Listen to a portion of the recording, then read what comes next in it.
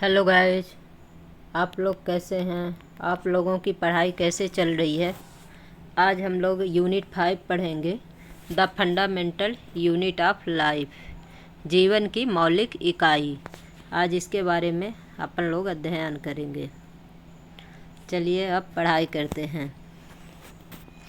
Cork की पतली काट के अवलोकन पर रॉबर्ट हुक ने पाया कि इनमें अनेक छोटे छोटे प्रकोष्ठ हैं, जिसकी संरचना मधुमक्खी के छत्ते जैसे प्रतीत होती है।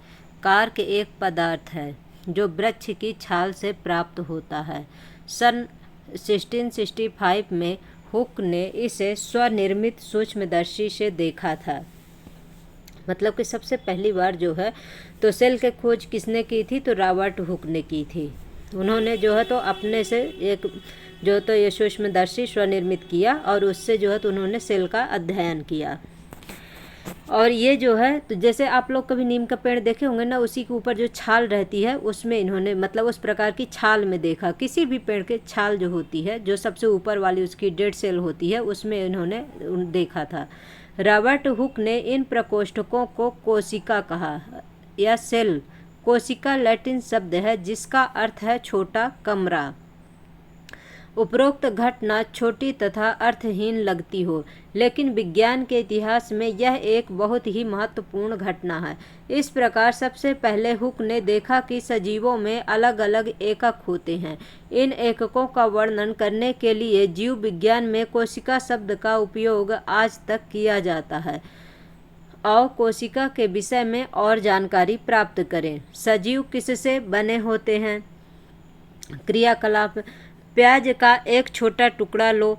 चिमटी की सहायता से हम प्याज की अवतल सतह की ओर भीतरी सतह से झिल्ली उतार लेते हैं। आप लोग कभी प्याज छीलकर जब सब्जी बनाते हैं तो देखिए उसके अंदर एक वाइट कलर की जो है अंदर साइड जो है तो एक परत निकलती है, उसी को बोल रहे हैं। उसको निकाल करके आप एक उसकी झिल्ली को उतार कर इस झिल्ली को तुरंत पानी वाले ग्लास में रख दे लेते हैं।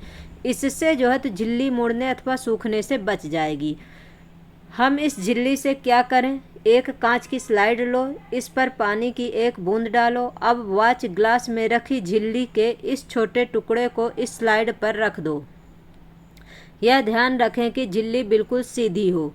एक पतला पेंट ब्रश इस झिल्ली को स्लाइड पर रखने में आपकी सहायता कर सकता है। मतलब एक पेंट ब्रश ले लीजिए छोटा सा, जिसे पेंटिंग करते हैं, उससे जो है तो स्लाइड को उठा करके जो वॉच ग्लास रहता है उसमें जो है तो रख देते हैं। अब इस पर एक बूंद सेफ्रामाइन की डालो और इसे कवर करते हैं, क्योंकि इसमें से जो कलर डाल देंगे तो इसके जो केंद्रक हैं और इसके जो सेल हैं तो क्या हो जाएंगे, इसमें स्पष्ट दिखने लगेंगे। अब जैसे स्लिप से ढक दो। कवर स्लिप को सुई की सहायता से इस प्रकार रखें जिसमें कि इसमें वायु के बुलबुले ना आने पाएँ। अपने अध्यापक से सहायता लें और हमने प्याज की झिल्ली की अस्थायी स्लाइड बनाई है। अब हम इसे पहले कम शक्ति वाले तथा उसके बाद उच्च शक्ति वाले संयुक्त सूक्ष्मदर्शी से देखते हैं। अब ये देखिए, सूक्ष्मदर्शी से देखने पर क्या है, आपने क्या देखा। क्या आप जो संरचना सूक्ष्मदर्शी के द्वारा देखते हैं उसे कागज पर खींच सकते हैं? क्या यह चित्र 5.2 जैसी दिखाई देती है? तब देखिए जैसे यह संरचना दिखाई दे रही है, इसमें जो है तो केंद्रक दिख रहा है और क्या है, कोशिकाएं दिख रही हैं। मतलब कोशिका के अंदर क्या है, केंद्रक है। फिर इसके बाद कोशिका का सबसे पहले पता किसने किया था? रॉबर्ट हुक ने। कब किया था? 1665 में लगाया था। उसने कोशिका को कार्क की पतली काट में अनगढ़ सूक्ष्मदर्शी की सहायता से देखा। किन्होंने? रॉबर्ट हुक ने। ल्यूवेनहॉक ने 1674 में सबसे पहले उन्नत सूक्ष्मदर्शी से तालाब के जल में स्वतंत्र रूप से जीवित कोशिकाओं का पता लगाया। तो देखिए डेड सेल जो है तो किसने खोज की? तो रॉबर्ट हुक ने की। और जीवित सेल की किसने खोज की? तो ल्यूवेनहॉक ने की।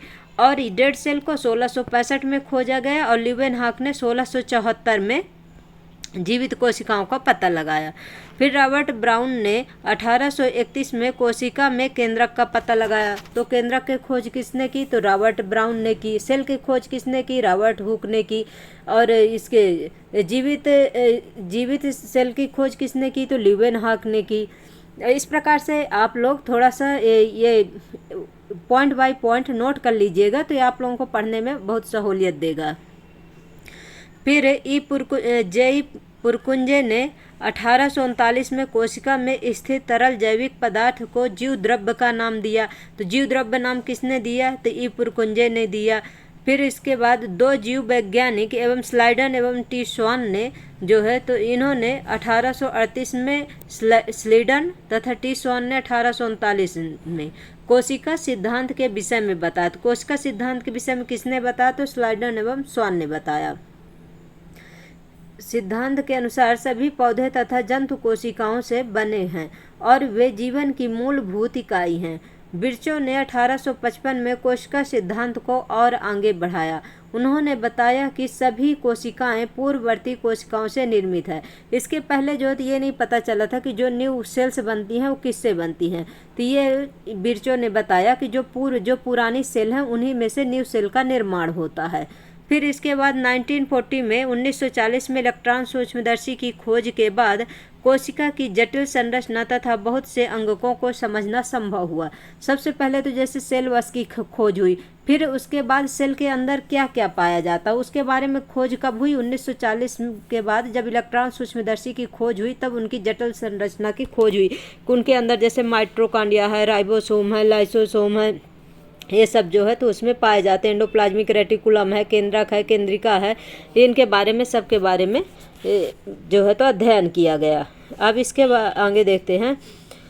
हम पत्ती की प्याज, ये देखिए क्रियाकलाप में हम पत्ती की झिल्ली, प्याज की मूलाग्र अथवा विभिन्न आकार के प्याज की झिल्ली की अस्थायी स्लाइड बना सकते हैं। उपरोक्त क्रियाकलाप करने के बाद निम्नलिखित प्रश्नों के उत्तर दीजिए। क्या सभी कोशिकाएं आकार तथा आकृति की दृष्टि से एक जैसे दिखाई देती हैं? क्या सभी कोशिकाओं की संरचना एक जैसी दिखाई देती हैं? क्या पादप के विभिन्न भागों में पाई जाने वाले कोशिकाओं में कोई अंतर है? तो हाँ जरूर है, क्योंकि जैसे पादप में सेल वॉल प्रेजेंट होती है और जो जीव होते हैं उसमें सेल वॉल प्रेजेंट नहीं होती है। हमें कोशिकाओं में क्या समानता दिखाई देती है और क्या मतलब पादप कोशिका और जो जंतु कोशिका है इनमें क्या समानता दिखाई देती है, इसके बारे में भी अपन देखेंगे। अब इसके बाद देखिए, कुछ जीवों में विभिन्न प्रकार की कोशिकाएं भी हो सकती हैं। निम्नलिखित तस्वीर को देखो, ये मानव शरीर की कुछ कोशिकाएं हैं। देखिए जैसे इसमें ये रुधिर कोशिका दी हुई है, इधर चिकनी पेशी कोशिका और तंत्रिका कोशिका। ये जो स्पष्ट नहीं दिख रहा है, इसमें पूरा डायग्राम नहीं बना हुआ, थोड़ा सा बना हुआ है। तंत्रिका कोशिका, अस्थि कोशिका है, अंडाणु कोशिका है, शुक्राणु कोशिका है और वसा कोशिका है। मानव के शरीर में विभिन्न कोशिकाएं, कोशिकाओं के आकृति तथा आकार उनके विशिष्ट कार्यों के अनुरूप होते हैं। मतलब सभी कोशिकाओं का अलग अलग कार्य होता है। ऐसा नहीं है कि एक कार्य जो है तो हर कोशिकाओं का अलग अलग अंगों का अलग अलग काम होगा। कुछ कोशिकाएं अपना आकार बदलती रहती हैं, जैसे अमीबा है, जैसा एक कोशिकीय अमीबा। कुछ जीवों में कोशिका का आकार लगभग स्थिर रहता है और प्रत्येक प्रकार की कोशिका के लिए स्पष्ट होता है। उदाहरण के लिए तंत्रिका कोशिका, जैसे तंत्रिका कोशिका का जो आकार है तो नहीं बदलता, लेकिन जो अमीबा जो है तो एक कोशिकीय है और अपना आकार बदलता रहता है। प्रत्येक जीवित कोशिका में कुछ मूलभूत कार्य करने की क्षमता होती है जो सभी सजीवों का गुण है। एक जीवित कोशिका ये मूलभूत कार्य कैसे करती हैं? हम जानते हैं कि बहुकोशिकीय जीवों में श्रम विभाजन होता है, मतलब सभी सेल्स जो हैं तो अपना अपना कार्य करती हैं। जैसा कि मनुष्यों में इसका अर्थ यह है कि शरीर के विभिन्न अंग विभिन्न कार्य करते हैं। अब जैसे आँखों का काम देखना है तो आँख देखेंगे ही, कानों का काम सुनना है तो सुनेंगे ही। इस प्रकार हार्ट का जो है तो रुधिर को पंप करना है तो पंप करेंगे। इस प्रकार जो अपने बॉडी के ऑर्गन्स है सभी का अलग अलग कार्य होते हैं, तो अंग के विभिन्न कार्य करते हैं। जैसे मनुष्य के शरीर में हृदय रुधिर को क्या करेगा? पंप करता है। अमाशय भोजन का पाचन आदि। इसी प्रकार एक कोशिकीय में भी श्रम विभाजन होता है। वास्तव में ऐसी प्रत्येक कोशिका में कुछ विशिष्ट घटक होते हैं जिन्हें कोशिकांग कहते हैं। प्रत्येक कोशिकांग एक विशिष्ट कार्य करता है, जैसे कोशिका में नए पदार्थ का निर्माण, अपशिष्ट पदार्थों का निष्कासन आदि। इन कार्यों के लिए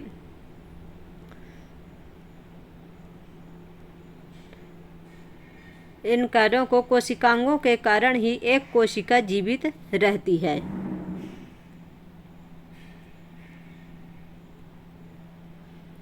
और अपने सभी कार्य करती हैं। ये कोशिकांग मिल करके एक मूलभूत इकाई बनाते हैं जिसे कोशिका कहते हैं। यह बड़ा रुचिकर है कि सभी कोशिकाओं में एक ही प्रकार के कोशिकांग होते हैं। इससे कोई फर्क नहीं पड़ता कि उसके कार्य क्या हैं अथवा वे किस जीव में पाई जाती हैं। फिर कोशिका किससे बनी होती हैं? कोशिका के संरचनात्मक संगठन क्या है, मतलब कोशिका किन किन चीज़ों से बनी होती है। हमने देखा कि कोशिका में विशिष्ट घटक होते हैं जिन्हें कोशिकांग कहते हैं। कोशिका कैसे संगठित होती हैं, मतलब किस प्रकार से संगठन उनका होता है, क्या क्या उसमें पाए जाते हैं। यदि हम कोशिका का अध्ययन सूक्ष्मदर्शी से करें तो हमें लगभग प्रत्येक कोशिकाओं में 3 गुण दिखाई देंगे।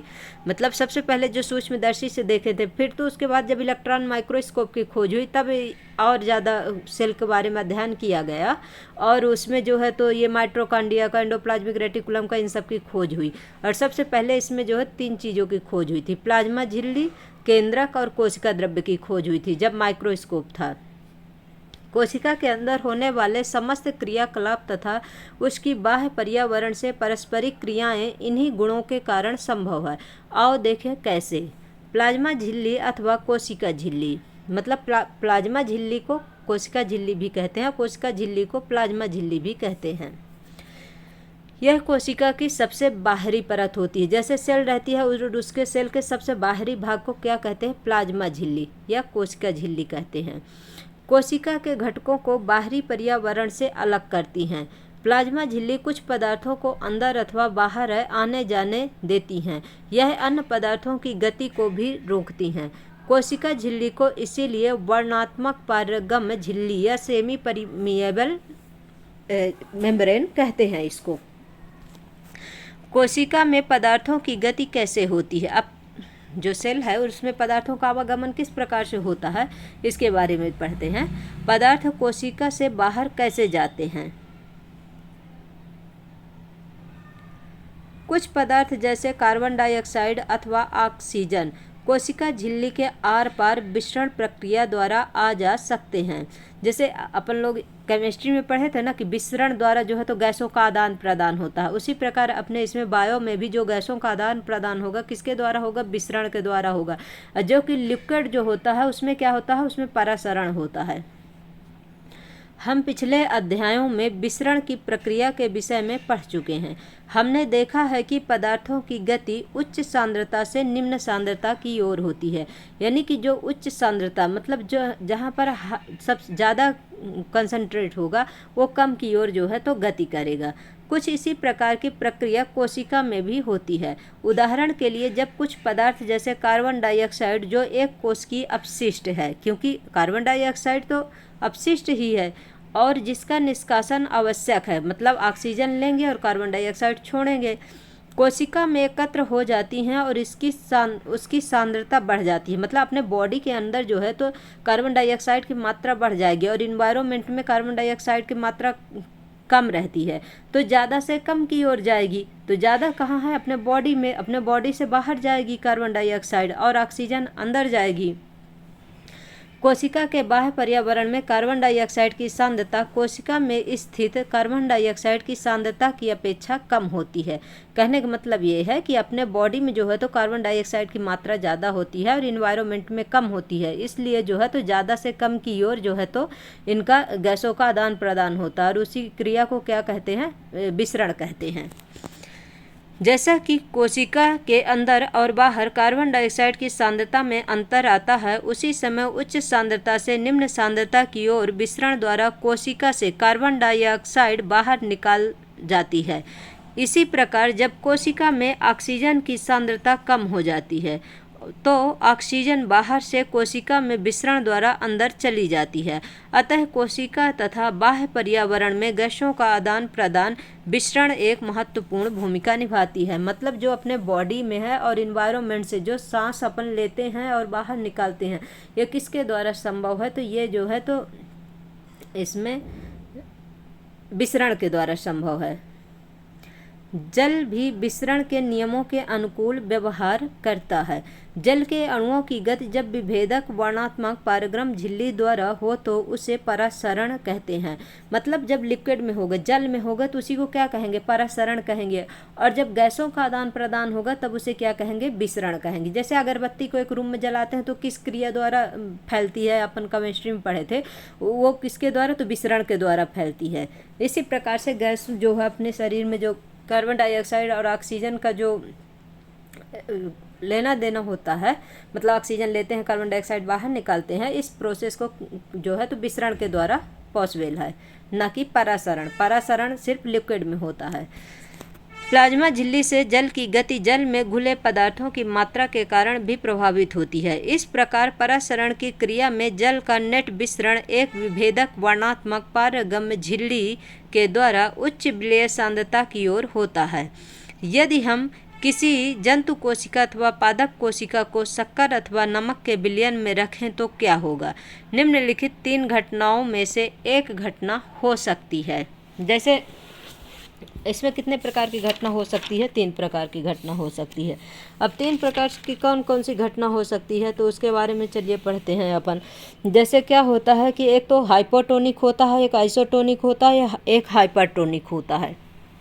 3 प्रकार से इनमें जो है तो विसरण होता है।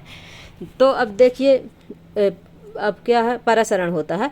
यदि कोशिका को तनु विलयन वाले माध्यम अर्थात जल में शक्कर अथवा नमक की मात्रा कम और जल की मात्रा ज़्यादा है में रखा गया है तो जल परासरण विधि द्वारा कोशिका के अंदर जाएगा। ऐसे विलयन को अल्प परासरण दाबी विलयन कहते हैं या हाइपोटोनिक सॉल्यूशन कहते हैं। हाइपोटोनिक में क्या होता है कि जो जल और शक्कर का जो विलयन लेते हैं उसमें जो है तो शक्कर मतलब जल की मात्रा ज़्यादा रहेगी और ये जो शक्कर और नमक उसमें डालते हैं इसकी मात्रा कम होगी। इसके वजह से क्या होगा कि ये पानी जो है तो कम से ज़्यादा की ओर चला जाएगा, तो ये कोशिका के अंदर चला जाएगा और कोशिका जो है तो फूल जाएगी।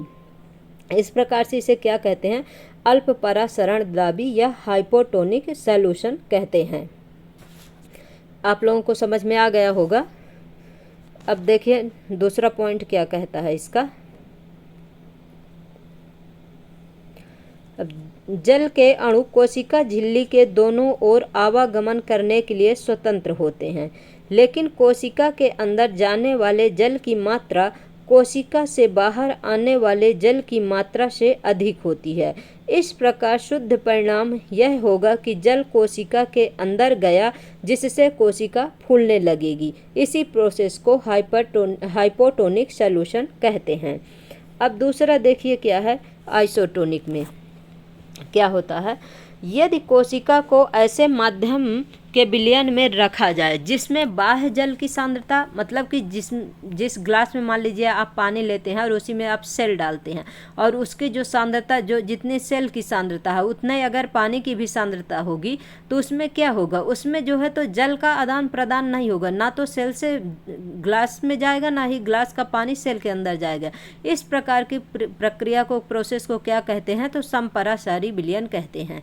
यदि कोशिका को ऐसे माध्यम विलयन में रखा जाए जिसमें बाह्य जल की सांद्रता कोशिका में स्थित जल की सांद्रता के ठीक बराबर हो तो कोशिका झिल्ली से जल में कोई शुद्ध गति नहीं होगी। ऐसे विलयन को समपरासारी विलयन कहते हैं। समपरासारी विलयन या आइसोटोनिक सॉल्यूशन कहते हैं इसे। फिर जल कोशिका झिल्ली के दोनों ओर आता जाता है, लेकिन जल की जो मात्रा अंदर गई उतनी ही बाहर आ जाती है। मतलब जितना जल अंदर जाएगा उतना बाहर आ जाएगा। तो इस प्रकार से दोनों के क्या है, दोनों में बराबर मात्रा में रहा जाएगा, इसलिए कोई भी प्रक्रिया नहीं होगी। इस प्रकार व्यापक रूप से जल की कोई गति नहीं हुई, इसीलिए कोशिका के माप में कोई परिवर्तन नहीं होगा। मतलब जितना कोशिका का साइज रहेगा उतना ही रहेगा। और जो इसमें जो फर्स्ट वाला हाइपोटोनिक है उसमें जो है तो कोशिका का साइज बड़ा हो जाता है, क्योंकि उसमें जो है तो ये जो अधिक सांद्रता से कम सांद्रता की ओर जल चला जाता है, क्योंकि उसमें कोशिका की सांद्रता कम रहती है और जल की कोशिका की सांद्रता ज़्यादा रहती है और जल की कम रहती है, तो कम से ज़्यादा की ओर उसमें गति करता है। अब तीसरा पॉइंट देखिए, हाइपरटोनिक सॉल्यूशन क्या होता है। यदि कोशिका के बाहर वाला विलयन अंदर के घोल से अधिक सांद्र है, यानी कि जिसमें कोशिका रखा गया है, और कोशिका के बाहर जिस विलयन में मतलब कोशिका को रखा गया है उसके घोल विलयन अंदर के घोल से अधिक सांद्र है अगर, तो जल परासरण द्वारा कोशिका से बाहर आ जाएगा। यानी कि जिसमें मान लीजिए नमक या शक्कर का सॉल्यूशन रखा हुआ है और उसमें आप जो है तो मान लीजिए कुछ अंगूर डाल दीजिए, तो अंगूर का क्या है, अंगूर के अंदर पानी अगर ज़्यादा रहेगा और जो बाहर ग्लास में जो आप जिसमें शक्कर की मात्रा ज़्यादा डाल दी है तो अंगूर से जो है तो उसका पानी कहाँ आ जाएगा, बाहर की ओर आ जाएगा। इस प्रकार ऐसे विलयन को क्या कहते हैं, अतिपरासरणदाबी विलयन कहते हैं या हाइपरटोनिक कहते हैं। और इस प्रोसेस में कोशिका जो है तो क्या हो जाती है, पिचक जाती है। पुनः जल कोशिका झिल्ली के दोनों ओर आ जा सकता है, लेकिन इस स्थिति में कोशिका से अधिक जल बाहर आएगा और कम जल अंदर जाएगा, इसलिए कोशिका सिकुड़ जाएगी। परासरण इस प्रकार विसरण की एक विशिष्ट विधि है जिसमें वर्णात्मक झिल्ली द्वारा गति होती है। और निम्नलिखित क्रियाकलाप करें। अब क्या क्रिया करना है, देखिए अंडे से परासरण किस प्रकार से होता है, अब ये देखना अपने को। तो अंडे को तन हाइड्रोक्लोरिक अम्ल में डालकर उसके कवच को हटाओ, जो ऊपर कैल्शियम कार्बोनेट की जो कवच रहती है उसको क्या करना, हटाना है। इसका कवच अधिकांशतः कैल्शियम कार्बोनेट का बना होता है। अब जैसे आपसे पूछेगा कि अंडे का जो बाहरी भाग किससे बना होता है, तो कैल्शियम कार्बोनेट का बना होता है। एक पतली बाह्य त्वचा झिल्ली अब अंडे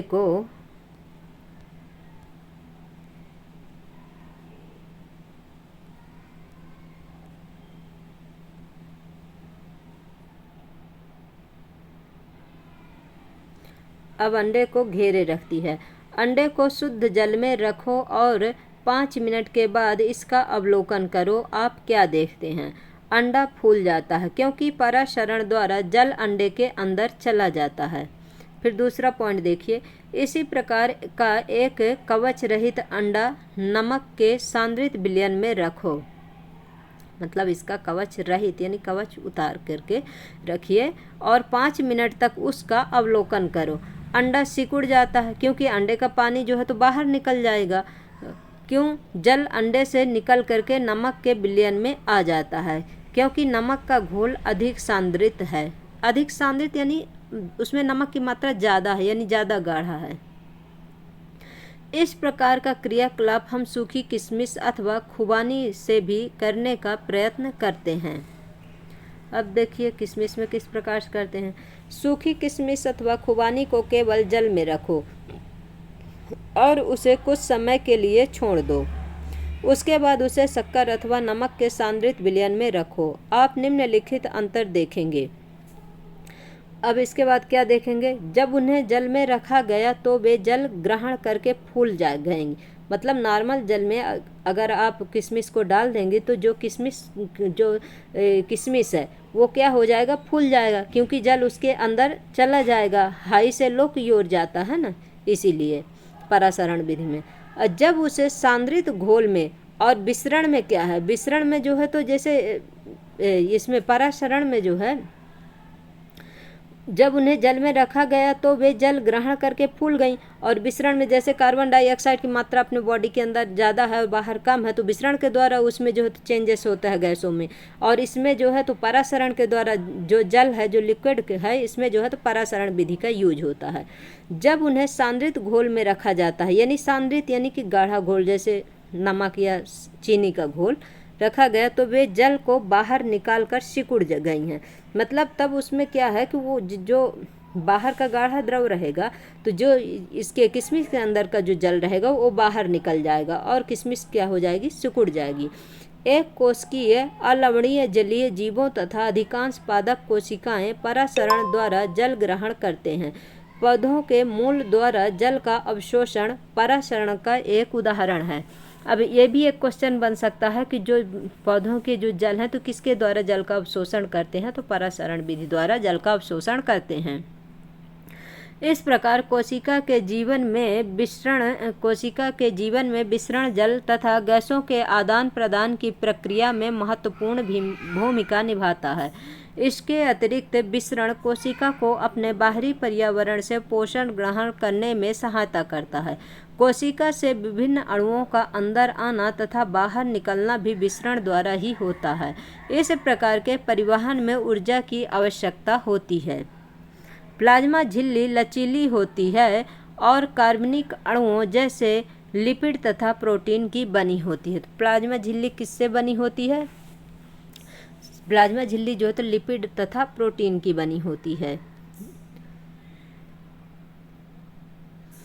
प्लाज्मा झिल्ली की रचना हम केवल इलेक्ट्रॉन सूक्ष्मदर्शी से देख सकते हैं। प्लाज्मा झिल्ली की संरचना किससे देख सकते हैं? तो सिर्फ इलेक्ट्रॉन सूक्ष्मदर्शी से देख सकते हैं। कोशिका झिल्ली का लचीलापन एक कोशिकीय जीवों में कोशिका के बाह्य पर्यावरण से अपना भोजन तथा अन्य पदार्थ ग्रहण करने में सहायता करता है।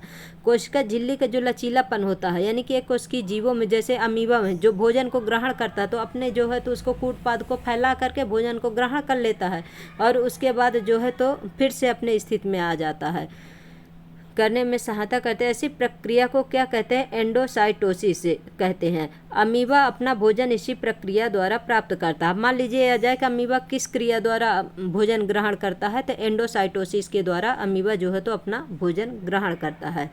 विद्यालय के पुस्तकालय अथवा इंटरनेट से इलेक्ट्रॉन सूक्ष्मदर्शी के विषय में पता करें और इसके विषय में अपने अध्यापक से चर्चा करें। मतलब इलेक्ट्रॉन सूक्ष्मदर्शी के बारे में आप लोग मतलब पढ़ें और उसके बारे में देखें, सर्च करें, फिर उसके बाद अपने टीचर से पूछें। तो देखिए जैसे इलेक्ट्रॉन माइक्रो सूक्ष्मदर्शी की खोज कब हुई थी? तो 1940 में हुआ था, अपन लोग ऊपर पढ़े थे ना। और इसकी खोज जो है तो निकोल्स और रुस्का ने किया था, इलेक्ट्रॉन सूक्ष्मदर्शी की खोज। फिर सेल वॉल आ गई, कोशिका भित्ति। पादप कोशिकाओं में प्लाज्मा झिल्ली के अतिरिक्त कोशिका भित्ति भी होती है। पादप कोशिका भित्ति मुख्यतः किसकी बनी होती है? सेलुलोज की बनी होती है। सेलुलोज एक बहुत जटिल पदार्थ है और यह पौधों को संरचनात्मक दृढ़ता प्रदान करता है। मतलब पौधों का जो बाह्य संरचना होती है उसे दृढ़ता प्रदान करता है। जब किसी पादप कोशिका में परासरण द्वारा पानी की हानि होती है तो कोशिका झिल्ली सहित आंतरिक पदार्थ संकुचित हो जाते हैं। इस घटना को जीव द्रव्य कुंचन कहते हैं। हम इस परिघटना को निम्न क्रियाकलाप द्वारा देख सकते हैं। मतलब ये है, जैसे आपसे मान लीजिए अगर ये क्वेश्चन पूछ लिया गया कि जीव द्रव्य कुंचन किसे कहते हैं, आप क्या बोलेंगे कि जब किसी पादप कोशिका में परासरण द्वारा पानी की हानि होती है, यानी कि पानी की मात्रा ज़्यादा हो जाने पर उसका क्या होगा? हानि होगी। तो कोशिका झिल्ली सहित आंतरिक पदार्थ संकुचित हो जाते हैं। इस जो संकुचन की प्रक्रिया है इसे ही क्या कहते हैं? जीव द्रव्य कुंचन कहते हैं। और इस परिघटना को निम्न क्रियाकलाप द्वारा देख सकते हैं। अब देखिए क्या क्रियाकलाप दिया है। जैसे रियो की पत्ती की झिल्ली को पानी में रखकर एक स्लाइड बनाओ, इसे उच्च शक्ति वाले सूक्ष्मदर्शी से देखो। फिर छोटे छोटे हरे कण दिखाई देंगे, इन्हें क्या कहेंगे? क्लोरोप्लास्ट कहते हैं। इनमें एक हरा पदार्थ होता है जिसे क्लोरोफिल कहते हैं। इस स्लाइड पर शक्कर अथवा नमक का सांद्र विलयन डालो। 1 मिनट प्रतीक्षा करो और इसे सूक्ष्मदर्शी से देखो हम क्या देखते हैं। अब रियो की पत्तियों को कुछ मिनट तक जल में उबालो और इससे पत्तियों की सभी कोशिकाएं मर जाएंगी। अब एक पत्ते को स्लाइड पर रखो और उसे सूक्ष्मदर्शी से देखो। स्लाइड पर रखी इस पत्ती पर शक्कर अथवा नमक का सांद्र विलयन डालो। 1 मिनट प्रतीक्षा करो और पुनः सूक्ष्मदर्शी से देखो हम क्या देखते हैं कि क्या अब जीव द्रव्य कुंचन हुआ? बिल्कुल नहीं होगा, क्योंकि यह जीवित सेल में होता है, ना कि मृत सेल में होता है। इस क्रियाकलाप से क्या निष्कर्ष निकलता है? तो इससे पता लगता है कि केवल जीवित कोशिकाओं में ही परासरण द्वारा जल का अवशोषण की क्षमता होती है, न कि मृत कोशिकाओं में। कोशिका भित्त पौधों, कवक तथा बैक्टीरिया की कोशिकाओं को अपेक्षाकृत कम तनु विलयन, अल्प परासरणदाबी विलयन में बिना फटे बनाए रहती हैं। मतलब इनमें जो है तो सेल इनके नहीं फटती हैं। ऐसे माध्यम से कोशिका परासरण विधि द्वारा पानी लेती हैं, कोशिका फूल जाती हैं और कोशिका भित्ति के ऊपर दबाव डालती हैं। कोशिका भित्ति भी फूली हुई कोशिका के प्रति समान रूप से दबाव डालती, मतलब दोनों ही एक दूसरे को दबाव डालेंगे तो क्या है कि इनका जो है तो समान प्रेशर रहेगा, उससे जो है तो कोशिका फटेगी नहीं। दबाव डालती हैं तो कोशिका भित्ति के कारण पादप की कोशिकाएं परिवर्तनीय माध्यम जो जंतु कोशिका की अपेक्षा आसानी से सहन कर सकती हैं। प्लांट में जो है तो ये पाया जाता है ना, सेल वॉल पाई जाती है, तो क्या होती है, मतलब सेल की सुरक्षा करती हैं। अब इसके बाद चलिए केंद्रक के बारे में पढ़ते हैं। ये क्या है, न्यूक्लियस या केंद्रक, जो सेल के अंदर सेंटर में पाई जाती है। आपको याद होगा कि हमने प्याज की झिल्ली की अस्थायी स्लाइड बनाई थी, जो हम लोगों ने सबसे पहले ही देखा था। हमने इस झिल्ली पर आयोडीन की कुछ बूंद डाली थी। क्यों? यदि हम बिना आयोडीन के स्लाइड देखें तो हम क्या देखेंगे? प्रयत्न करो और देखो। उसमें अगर आयोडीन के मतलब कोई कलर नहीं डाला जाएगा, आयोडीन या सेफ्रामाइन या मिथाइलिन ब्लू जो है तो अगर नहीं डाला जाएगा तो उसमें क्या है, स्पष्टता कम रहेगी। इसीलिए जो है तो इसके जो प्रैक्टिकल करने के लिए इसमें कलर आयोडीन का घोल डाला जाता है। जब हमने आयोडीन का घोल डाला तो क्या प्रत्येक कोशिका समान रूप से रंगीन हो गई? कोशिका के विभिन्न भाग रासायनिक संगठन के आधार पर विभिन्न रंगों से रंग जाते हैं। कुछ क्षेत्र अधिक गहरे रंग के प्रतीत होते हैं तथा कुछ कम प्रतीत होते हैं। कोशिका को रंगने के लिए हम आयोडीन विलयन के अतिरिक्त सेफ्रानिन अथवा मेथिलीन ब्लू विलयन का भी उपयोग करते हैं। अब मान लीजिए आपसे कोई ये भी क्वेश्चन पूछ सकता है आपसे कि जो कोशिका को हम किससे किससे रंग सकते हैं, तो आप लोगों को ध्यान रखना चाहिए कि आयोडीन जो है तो रंगने के काम में, और सेफ्रानिन है और मेथिलीन ब्लू का उपयोग किया जा सकता है। हमने प्याज की कोशिका को कैसे देखा? आओ अब हम अपने शरीर से ली गई कोशिकाओं को देखें। जो अपने गाल की जो अंदर की कोशिका रहती हैं, फिर उसके जो है तो प्रैक्टिकल करते हैं, उसको देखते हैं। कांच की एक स्लाइड लो और उस पर एक बूंद पानी रखो। आइसक्रीम खाने वाले चम्मच से अपने गाल के अंदर की खाल को धीरे से खुरचो। क्या चम्मच पर कोई वस्तु चिपक गई है? सुई की सहायता से इसे स्लाइड पर समान रूप से फैला कर रखो और इसे रंगने के लिए एक बूंद क्या डालेंगे? मेथिलीन ब्लू की डालेंगे। फिर सूक्ष्मदर्शी द्वारा अवलोकन यानी कि उसे देखेंगे। अवलोकन के लिए स्लाइड तैयार है, इस पर कवर स्लिप रखना ना भूलें। हम क्या देखते हैं? कोशिकाओं की आकृति कैसी है? इस आकृति को एक पेपर और कागज पर बनाएं, मतलब जो जो उसमें दिखता जाए उसको अपन डायग्राम में बनाते जाएं। क्या आप कोशिका के मध्य में एक गहरे रंग वाली गोलाकार अथवा अंडाकार डॉट की संरचना देखते हैं? वही जो है तो क्या है, न्यूक्लियस है। इस संरचना को क्या कहेंगे? केंद्रक कहते हैं। क्या इसी प्रकार की संरचना प्याज की झिल्ली में भी थी? तो हाँ, अपन लोग देखे तो थे जो स्लाइड बनी हुई थी। केंद्रक के चारों ओर दोहरे परत का एक स्तर होता है जिसे केंद्रक झिल्ली कहते हैं। और केंद्रक में मतलब जो तो उस केंद्रक के अंदर क्या पाया जाता है? न्यूक्लियोलस पाया जाता है। और केंद्रक के बाहर क्या पाया जाता है? तो केंद्रक झिल्ली पाई जाती है। केंद्रक झिल्ली में छोटे छोटे छिद्र होते हैं। इन छिद्रों के द्वारा केंद्रक के अंदर का कोशिका द्रव्य केंद्रक के बाहर जा पाता है। कोशिका द्रव्य के विषय में हम अनुभाग 5.2.4 में पढ़ेंगे। अब केंद्रक में क्रोमोसोम होते हैं जो कोशिका विभाजन के समय छड़ाकार दिखाई पड़ते हैं। क्रोमोसोम में आनुवांशिक गुणों की जो सूचना होती है वो माता पिता से डीएनए का फुल फॉर्म क्या है? डीऑक्सी न्यूक्लिक एसिड अणु के रूप में अगली संतति में जाते हैं। क्रोमोसोम डीएनए तथा प्रोटीन के बने होते हैं।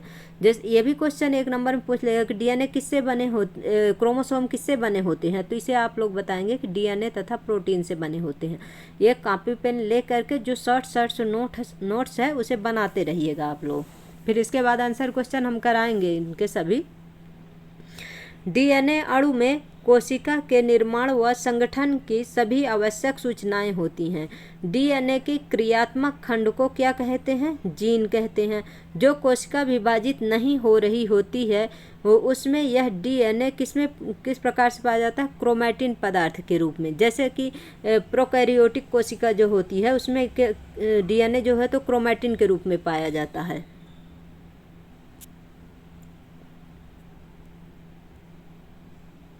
क्रोमैटिन के रूप में विद्यमान रहता है। क्रोमैटिन पदार्थ धागे की तरह की संरचनाओं में एक जाल का पिंड होता है। अब कभी भी कोशिका विभाजित होने वाली होती हैं तब यह क्रोमोसोम में संगठित हो जाते हैं। जब कोशिका का विभाजन होने वाला होता तब वो जो क्रोमैटिन जाल रहते हैं वो किसमें संगठित हो जाती हैं? क्रोमोसोम में। कुछ जीवों में कोशिकीय जनन में केंद्रक महत्वपूर्ण भूमिका निभाता है। इस प्रक्रिया में एक अकेली कोशिका विभाजित होकर दो नई संतति कोशिकाएं बनाती हैं। यह कोशिका के विकास व परिपक्वन को निर्धारित करता है तथा साथ ही सजीव कोशिका की रासायनिक क्रियाओं को भी निर्देशित करता है। बैक्टीरिया जैसे कुछ जीवों में कोशिका का केंद्रकीय क्षेत्र बहुत कम स्पष्ट होता है। मतलब बैक्टीरिया में केंद्रक न के बराबर पाया जाता है क्योंकि इसमें केंद्रक झिल्ली नहीं होती है। बैक्टीरिया में क्या है? केंद्रक झिल्ली नहीं होती है। ऐसे अस्पष्ट केंद्रक क्षेत्र में केवल क्रोमैटिन पदार्थ होता है। इसमें क्या है? केंद्र स्पष्ट जो है तो उसमें क्रोमोसोम नहीं होते, क्या होता है उसकी जगह में? क्रोमैटिन पदार्थ होता है। ऐसे क्षेत्र को केंद्रका या न्यूक्लियोलस कहते हैं। ऐसे जीव जिसकी कोशिकाओं में केंद्रक झिल्ली नहीं होते उन्हें प्रोकैरियोटिक सेल कहते हैं। प्रो मतलब आदि यानी पुरानी अथवा पूर्व, कैरियोट पूर्व कैरियोट। कैरियोट जो बड़ा यानी कैरियोन। कैरियोन यानी क्या होता है? केंद्रक। केंद्रक किस शब्द से आया है? कैरियोन शब्द से आया है। जिन जीवों की कोशिकाओं में केंद्रक झिल्ली होती हैं उन्हें क्या कहते हैं? यूकैरियोटिक कहते हैं। जिसमें केंद्रक झिल्ली नहीं होती है उसे प्रोकैरियोटिक कहते हैं। प्रोकैरियोटिक कोशिकाओं में और भी अन्य अधिकांश द्रव्य अंगक नहीं होते हैं। मतलब जो प्रोकैरियोटिक कोशिका होती है जैसे बैक्टीरिया है, नीलहरित शैवाल है, माइकोप्लाज्मा है, इनमें जो है तो इसमें क्या है? इसमें अधिकांश द्रव्य अंगक नहीं होते हैं जो कि यूकैरियोटिक कोशिकाओं में होते हैं। ऐसे अंगकों के अनेक कार्य भी कोशिका द्रव्य के असंगठित भागों द्वारा ही किए जाते हैं। अब अनुभाग इसमें पढ़ें। प्रकाश संश्लेषी बैक्टीरिया में क्लोरोफिल झिल्लीदार पुटिका थैले की तरह की संरचना के साथ होता है, जबकि यूकैरियोटिक कोशिकाओं में क्लोरोफिल प्लास्टिड में होता है। जैसे नीलहरित शैवाल जो होती है उसमें क्लोरोफिल झिल्लीदार पुटिका थैले के समान होती है और इसमें जो है तो यूकैरियोटिक कोशिका में क्लोरोफिल प्लास्टिड के रूप में होता है। ये देखिए इसमें प्रोकैरियोटिक कोशिका है। इसमें देखिए कोशिका ये राइबोसोम पाया जाता है, प्लाज्मा झिल्ली पाई जाती है और कोशिका भित्ति पाई जाती है। अब इसके बाद जो है तो ये कोशिका द्रव्य। अब कोशिका द्रव्य के बारे में देखते हैं अपन लोग कि क्या होता है कोशिका द्रव्य। जब हमने प्याज की झिल्ली तथा मनुष्य के गाल की कोशिकाओं की स्लाइड को देखा तब हमें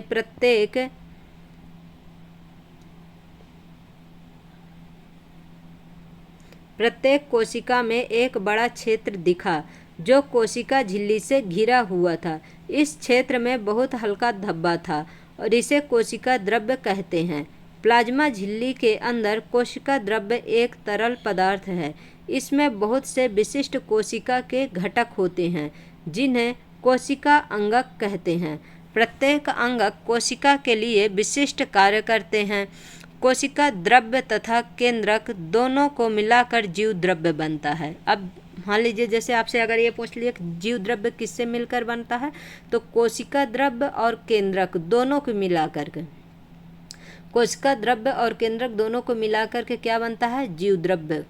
जीव द्रव्य बनता है, जीव द्रव्य कहते हैं। कोशिका अंगक झिल्ली युक्त होते हैं। प्रोकैरियोटिक कोशिकाओं में वास्तविक केंद्रक के अतिरिक्त झिल्ली युक्त अंगक भी नहीं होते, जबकि यूकैरियोटिक कोशिकाओं में केंद्रकीय झिल्ली तथा झिल्ली युक्त अंगक होते हैं। झिल्ली की सार्थकता वायरस के उदाहरण से स्पष्ट कर सकते हैं। वायरस में किसी भी प्रकार की झिल्ली नहीं होती और इसीलिए इसमें जीवन के गुण तब तक लक्षित नहीं होते जब तक कि यह किसी सजीव के शरीर में प्रविष्ट करके कोशिका की मशीनरी का उपयोग कर अपना बहुगुणन नहीं कर लेता है। तो वायरस को सजीव और निर्जीव के बीच की कड़ी भी कहा जाता है। अब देखिए, अब अभी तो बहुत सारा है। बस आज के लिए इतना ही गाइज। आप लोगों को क्लास कैसी लगी? आप लोग क्लास को लाइक करिए, सब्सक्राइब करिए और बताइए कि आप लोगों को क्लास कैसी लगी है, और इसके आगे का नेक्स्ट पार्ट में आप लोगों को बताऊंगी। Thank you so much guys.